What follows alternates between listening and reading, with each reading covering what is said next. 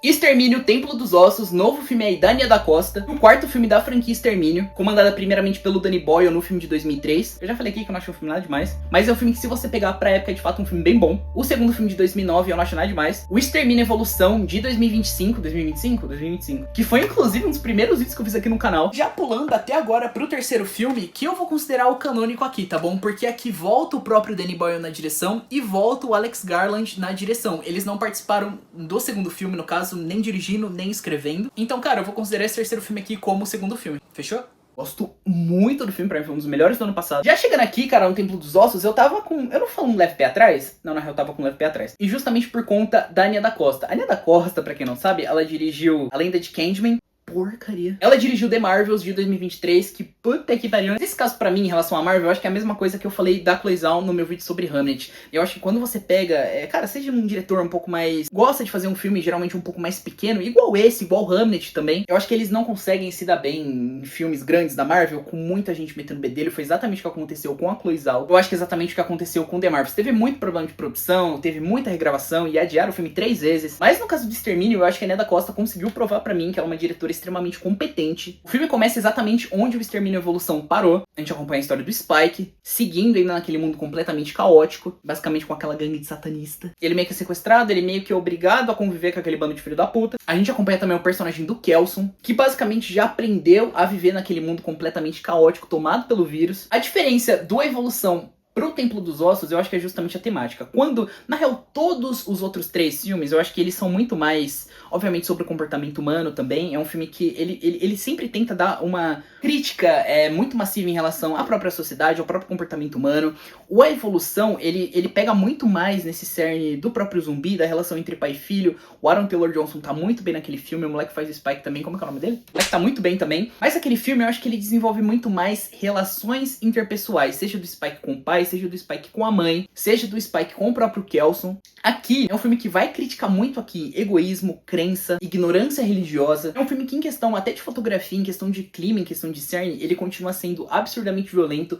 Inclusive, eu senti que esse filme é um pouquinho mais violento que o próprio terceiro, que já era um filme muito pesado. Esse filme tem pelo menos 3 cenas aqui que é absurdamente nojenta e completamente proposital. É um filme que ele quer te chocar, é um filme que ele quer te instigar. É aquele tipo de filme que ele quer causar em você aquela sensação de você colocar a mão na frente do olho. Caralho, mano, que cena nojenta, eu não quero ver isso. Essa sempre meio que foi a proposta de todos os Extermínios. Eu sinto que nesse filme, o personagem do Spike, ele fica de fato um pouco mais apagado, mas eu também consigo entender por quê. De novo, ele não é basicamente o cerne aqui da história, igual é no terceiro filme. Eu acho que todo o cargo de protagonista, ele fica basicamente em relação ao Jack O'Connell fazendo o Jimmy e toda a gangue dele de Jimmys. E também pro Ralph Fiennes, que pra mim mata a pau. Ele de fato não foi indicado no Oscar, porque esse filme já entra como 2026. Então, se esse filme receber alguma indicação, ele entraria pro Oscar de 2027. O Ralph Fiennes tá absurdo nesse filme. Eu acho que ele tem muito mais coisa pra trabalhar do que no terceiro. Eu lembro que eu comentei isso na minha crítica do terceiro. Eu falei que eu queria mais o Ralph Fiennes. É que o Ralph Fiennes tá 100% presente. É um personagem com camadas completamente interessantes. Você se envolve com ele ali. Você entende ele, você acompanha a jornada dele, você torce por ele. O Jack O'Connell aqui pra mim, ele tá fudido. Cara, é um personagem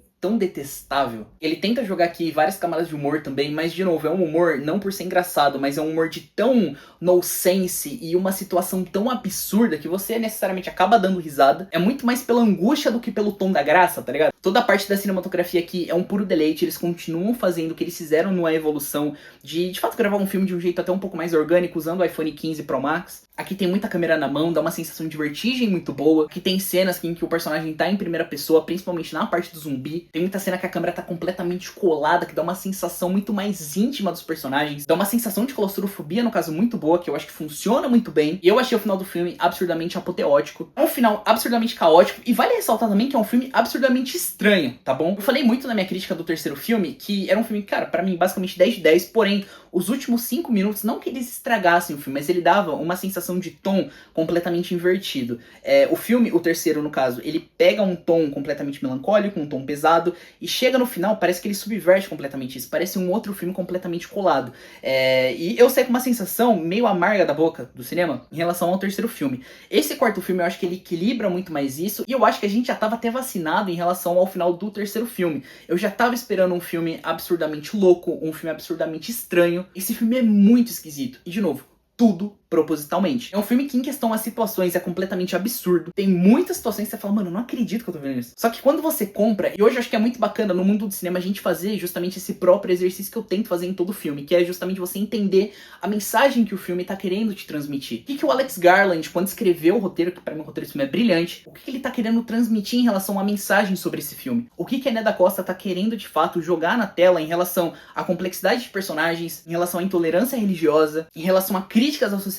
Quando a gente pega e entende isso, parece que o filme, ele flui de um jeito basicamente perfeito. O final do filme é tão estranho, mas tão estranho, de novo, propositalmente, que eu acho que é só você assistindo pra você entender o que eu tô falando. E até pra mim, que não sou dos maiores fãs do filme de 2003, e só voltando rapidinho falando sobre ele, eu acho que é um filme que, pra época, sim, ele é muito bom, mas é um filme que, sei lá, eu vi ele ano passado. Ele, pra mim, não me pegou tanto, eu achei um filme datado, mas eu falo datado em relação, eu acho o filme feio. O filme é muito, mas muito feio. Eu acho que ele é bem escrito, eu acho que o Alex Garland, ele escreve uma história que pra época era de fato meio que inovadora. Hoje, de fato, eu já sinto que passou um pouco batido, mas pra 2003 é muito foda. De novo, sem dar spoiler aqui, mas tem uma breve conexão com o primeiro filme que dá uma leve cativada. A Sony já confirmou a continuação do quinto filme. É bom falar também que o Evolução, o Templo dos Ossos e o quinto filme, que ainda não tem data pra sair, ele tá sendo considerado meio que uma nova trilogia. Não se sabe se o próximo filme Danny Boyle volta, ou Alex Garland volta, ou até mesmo a Nia da Costa volta na direção. Mas eu acho que eles conseguem dar um gancho muito, mas muito interessante. E eu fico, de fato, completamente interessado pro próximo filme. E esse filme, pra mim, até em contrapartida com o terceiro, que eu lembro que eu falei que o filme, pra mim, ele poderia ter acabado num momento muito específico, e o filme alonga um pouquinho, e ele perde a chance de acabar num momento completamente perfeito. Esse filme não. Esse filme, pra mim, ele tá indo completamente num ritmo, e eu falo, cara, ele poderia acabar aqui? Acaba aqui. Pra ser, tipo, perfeito. Acaba aqui.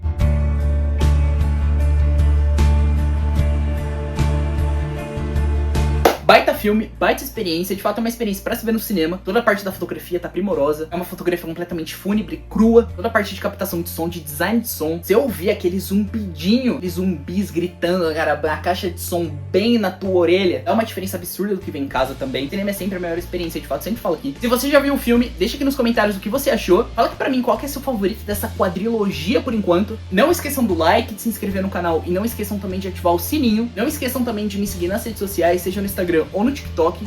Muito obrigado por assistirem mais esse vídeo. Tchau!